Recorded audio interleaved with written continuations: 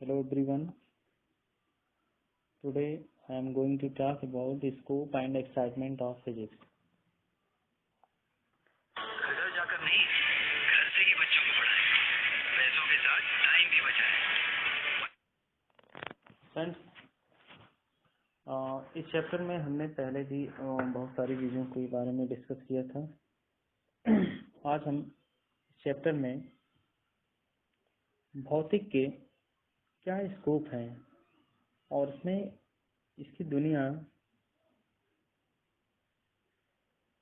कितनी रोमांचक है, इसके बारे में हम स्टडी करेंगे।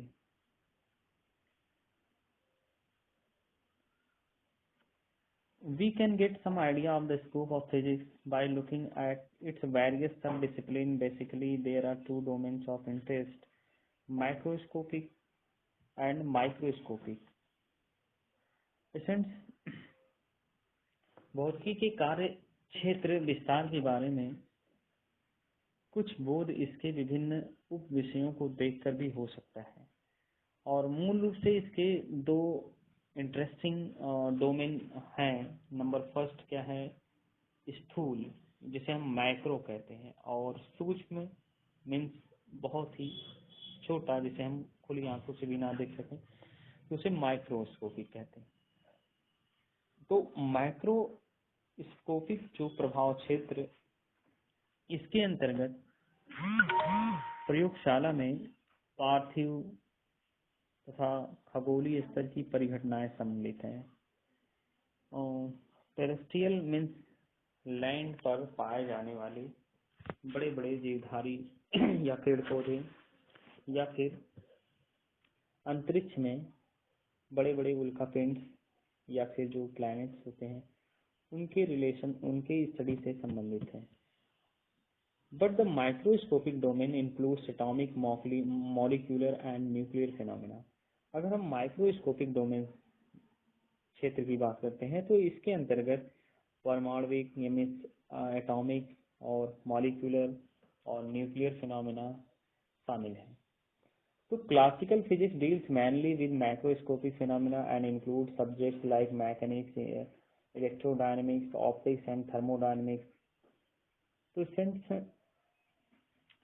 अगर हम क्लासिकल फिजिक्स में जो फिजिक्स हमारे कस्टम्स के रूप में पहले से चली आ रही है, तो उसके अंतर्गत मुख्य रूप से माइक्रोस्कोपिक जो घटनाएं हैं, इन पर विचार किया जाता है, जिसके अंतर्गत मैकेनिक्स, जिसे हम यांत्रिकी कहते हैं, इलेक्ट्रोडायनेमिक्स मीन्स वैद्युत गतिकी, प्रकाशिकी, तथा थर्मोडायनेमिक मीन्स ऊष्मा गतिकी जैसे सब्जेक्ट को शामिल किया गया है। Okay, Mechanics founded on Newton's law of motion and the law of gravitation is concerned with the motion or equilibrium of particles, rigid and deformable bodies and general system of particles. Okay, तो यांत्रिकी विषय Newton के जो गति के नियम तथा गुरुत्वाकर्षण नियम पर आधारित है। तो स्टूडेंट्स, हम कह सकते हैं कि जो मैकेनिक्स जो सब्जेक्ट है, इसका जो सिद्धांत है वो न्यूटन के मोशन ऑफ लॉ और ग्रेविटेशनल लॉ से रिलेटेड है, मतलब इस पर आधारित है, और इसका संबंध कणों, दृढ़ एवं ऐसे ऑब्जेक्ट जो विरूपणशील हो, मतलब जिससे अगर फोर्स लगाएं तो फिर वो उनका रूप जो है चेंज हो जाए, वो अपने प्रारंभिक अवस्था में ना आ पाए, तो ऐसे बॉडी से भी इनका रिलेशंस है। और इसके अलावा जो पार्टिकल्स होते हैं, उनके जो व्यापक निकाय की गति होता है, इनसे संबंधित है। तो इस तरह से अगर हम और इसके आगे बात करें तो it's basic law were given by Coulomb, Oersted, Ampere and Faraday, and encapsulated by Maxwell in his famous set of equations. तो अगर हम इसके बेसिक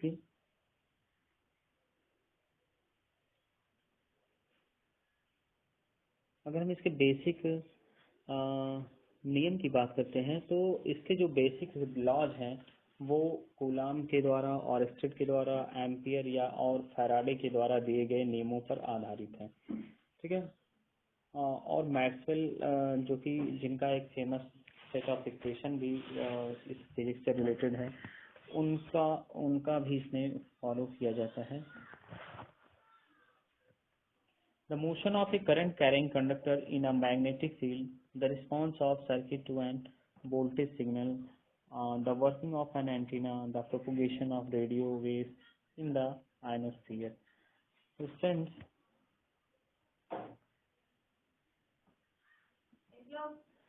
जल तरंगों का संचरण, वायु में ध्वनि तरंगों का मूव करना, किसी बोझ के अधीन झुकी छड़ की इक्विलिब्रियम मैकेनिक्स से संबंधित समस्याएं हैं, और इसके अलावा वैद्युत गति परिघटनाएं भी इसमें शामिल हैं। तो इनके मूल नियमों में कूलाम, ऑरस्टेड, एम्पियर, फैराडे, ये सारे लोग यहाँ पे इनके जो दिए गए नियम हैं वो इनमें शामिल हैं। तो इस क्रम में अगर हम और आगे बात करें तो the microscopic domains of physical deal with constitution and structure of matter at the minute scale of atoms and nuclei, and even lower scale of length, and their interaction with different probes such as electrons, photons and other elementary particles. तो students, अगर हम physics के सूक्ष्म प्रभाव की क्षेत्र की बात करें तो इसके अंतर्गत परमाणुओं, नाभिक के स्तर के सूक्ष्म पैमाने, जिसमें इनके न्यूक्लियस में पाए जाने वाले न्यूट्रॉन, प्रोटॉन, ठीक है, इनके साइज का मतलब अध्ययन करना, उसी लंबाई या फिर उसके जो है साइज को डिफाइन करना इत्यादि इसमें सम्मिलित हैं। और इसके अलावा जो क्लासिकल फिजिक्स है इस प्रभाव क्षेत्र से व्यवहार करने में सक्षम नहीं है, तथा हाल ही में क्वांटम सिद्धांत को ही सूक्ष्म परिघटनाओं की व्याख्या करने के लिए उचित ढांचा माना गया है। इसमें जैसे हम कह सकते हैं जो हमारी क्लासिकल फिजिक्स है, मीन्स जो पहले से जो रूल्स फिजिक्स के में दिए गए हैं और जिसके आधार पे हम चीज़ों को देखते हैं उस नज़रिए से, तो उतना ही और भी चीज़ों को डिफाइन करने के लिए काफ़ी नहीं है।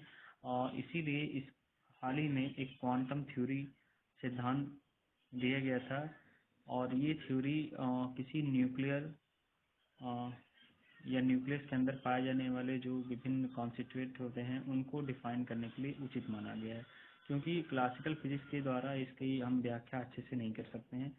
तो अब हम ये कल्पना कर सकते हैं कि जो फिजिक्स का जो कार्य क्षेत्र वास्तव में बहुत ही विस्तृत है, ये छोटा मोटा इसका क्षेत्र नहीं है। तो यह लंबाई, द्रव्यमान, means mass, time, energy and अन्य फिजिकल क्वांटिटी के जो मैग्नीट्यूड हैं उसके विशाल रेंज को कहीं न कहीं ये दर्शाती है। एक और इसके अंतर्गत इलेक्ट्रॉन, प्रोटॉन आदि से संबंधित परिघटनाओं की लंबाई के अति सूक्ष्म पैमाने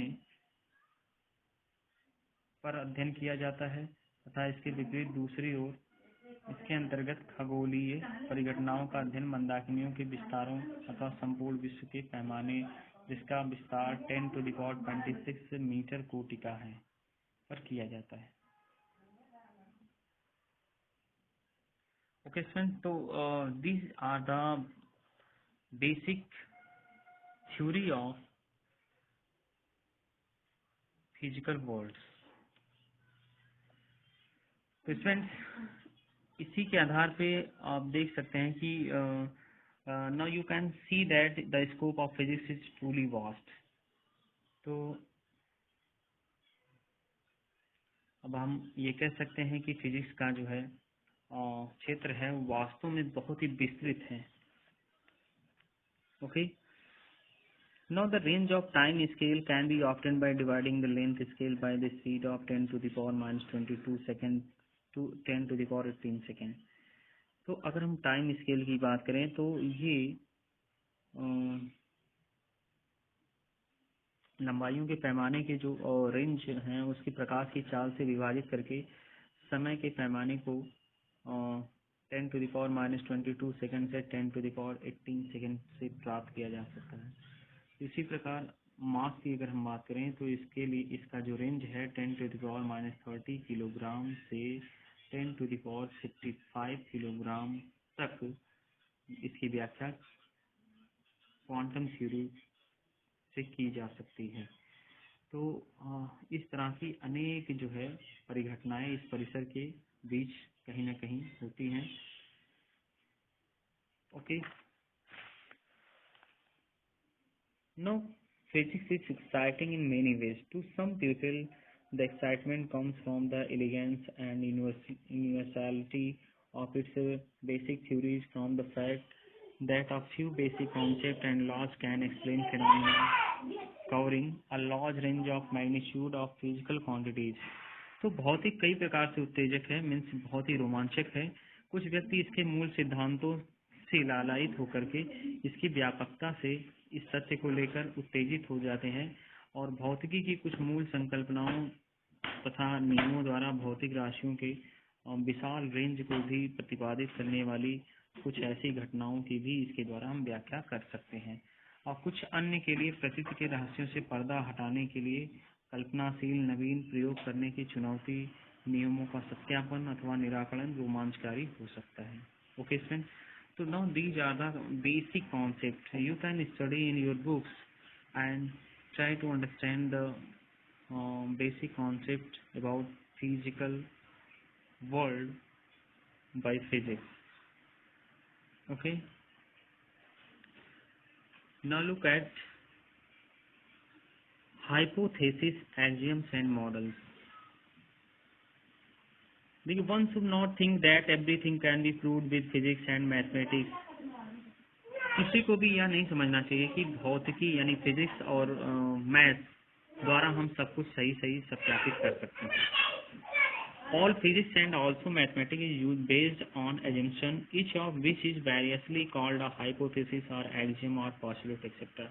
तो समस्त फिजिक्स जिसे हम भौतिकी कहते हैं हिंदी में और गणित भी ये कल्पनाओं और अभिधारणाओं में से मतलब ये विचार पर आधारित है, जिनमें से प्रत्येक को भांति भांति से परिकल्पना अथवा अभिगृहित जिसे हम एक्सियम्स कहते हैं अथवा निदर्श कहकर पुकारा जाता है। ओके, मीन्स इस अवधारणाओं को जो हम हाइपोथेसिस यहाँ पे मानते हैं उसे हम एक्सियम्स या फिर पोस्टुलेट इत्यादि के नाम से भी जानते हैं। तो फॉर एग्जाम्पल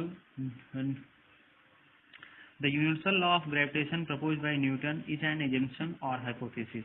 आप सभी जानते हैं कि न्यूटन के द्वारा जो गुरुत्वाकर्षण का यूनिवर्सल लॉ दिया गया था वो भी अपने आप में एक क्या थी, एक कल्पना थी। उसके द्वारा की गई एक सोच थी, एक अभिधारणा मतलब एक विचार था जिसे उन्होंने अपनी प्रवीणता के आधार पर प्रस्तावित किया था। Okay, before him there were several observation experiments and data on the motion of planet around the sun, motion of the moon around the earth, pendulums, bodies falling toward the earth and etc. और ऐसा नहीं है कि Newton से पहले किसी ने इन चीजों को देखा नहीं था। उनसे पहले भी सूर्य के परितः ग्रहों की गति, पृथ्वी के परितः चंद्रमा की गति, लोलकों की पृथ्वी की ओर गिरते हुए पिंडों आदि के संबंध में बहुत से प्रेक्षण तथा प्रयोग आंकड़े उपलब्ध थे और इनमें प्रत्येक के लिए पृथक स्पष्टीकरण आवश्यक था जो कि बहुत कम गुणात्मक था।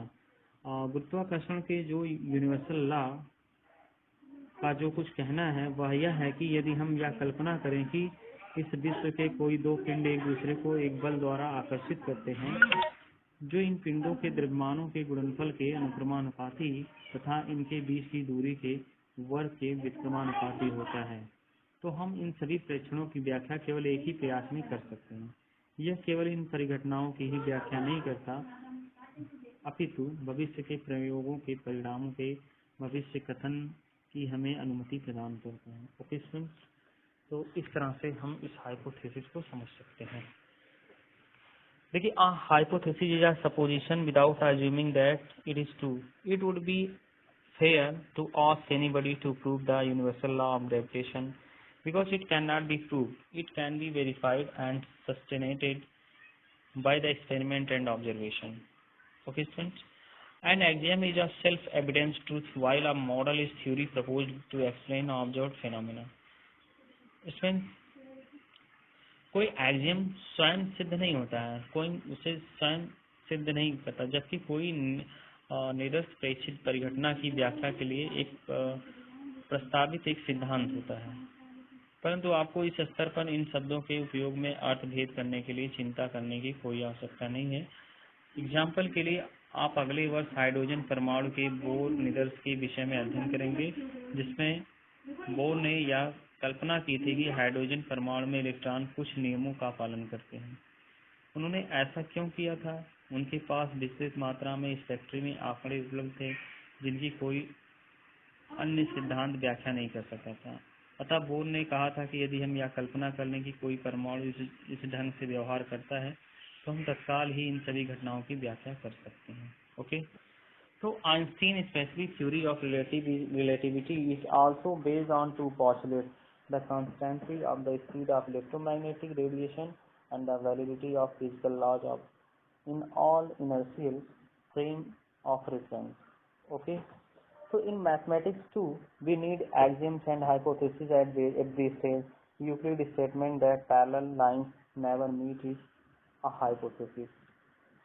तो फ्रेंड्स, यहाँ तक कि मैथमेटिक भी हमें ऐसे ही कुछ एक्सियम्स और हाइपोथेसिस की ज़रूरत पड़ती है जिनके आधार पे हम प्रॉब्लम्स को प्रूव करते हैं या दिए गए क्वेश्चन को सॉल्व करते हैं। तो इसी तरह से फिजिक्स में भी जो यूनिवर्सल लॉज ऑफ ग्रेविटेशन, चाहे लॉज ऑफ मोशन, ये जितने भी लॉज दिए गए हैं वो अपने आप में कहीं ना कहीं एक एक्सियम्स को ही इंडिकेट करते हैं जो किसी न किसी साइंटिस्ट के द्वारा जो है एज्यूम किए गए थे और फिर उनके प्रयोगों द्वारा उन्हें सही साबित किया गया था। तो इसी तरह से हम फिजिक्स में भी बहुत सारे ऐसे विचार प्रस्तुत कर सकते हैं और फिर उन्हें प्रयोगों द्वारा सिद्ध भी किया जा सकता है। तो कुल मिला जुला करके यहाँ पे ये निष्कर्ष यानी कंक्लूजन निकलता है कि कोई भी सिद्धांत या कोई भी फॉर्मूले स्वयं से किए गए एक